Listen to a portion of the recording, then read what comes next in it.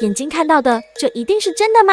图中有2个桌子，一个是长桌子，一个是方桌子，但是找一张同等面积的卡片对比，发现它们居然是一样的。这是一个奇怪的奶瓶，看着里面的水是满满的，但你把它倒过来的时候，却发现里面的大部分液体都消失不见了。你是不是觉得这张图片里的小人像是在来回抖动？但是只要你双击屏幕暂停，就会发现它其实是一张静止的图片。我的妈呀，太吓人了吧！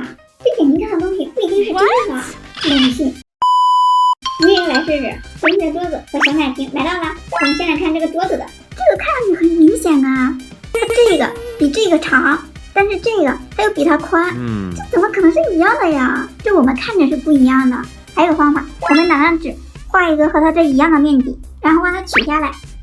现在给它们对比一下啊，我们比着这个宽的裁的，你们看放在这个宽的上面很吻合，是一样大的。那我们再来放这个竖的上面看看。我的妈呀，怎么会居然重叠了？它们居然是一样的耶！再放这里确认一下啊，真的是一样的，什么情况呀？接着来看这个会消失的奶瓶啊，哎，你们看这里面的液体是真的耶，一摇晃还有泡泡呢，而且这样看起来它几乎是满的，这怎么可能会消失呢？我们横着看一下啊，也是很满啊，倒着看一下。哇，妈呀，这水都去哪了呀？再倒过来看看。诶，又满了，水都回来了。再倒过来，竟然又没了。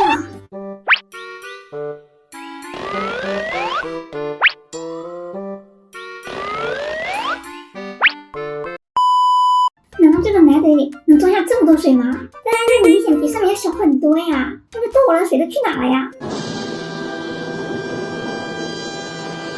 最后一个看着会动，其实是静止的小人。你看，它这样看起来，这个小人确实是在动哎，而且我感觉它旁边的这个边框也在动。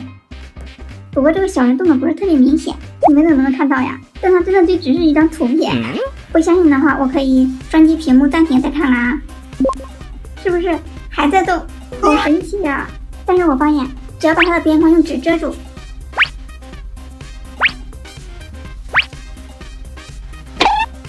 这样看它就完全静止了。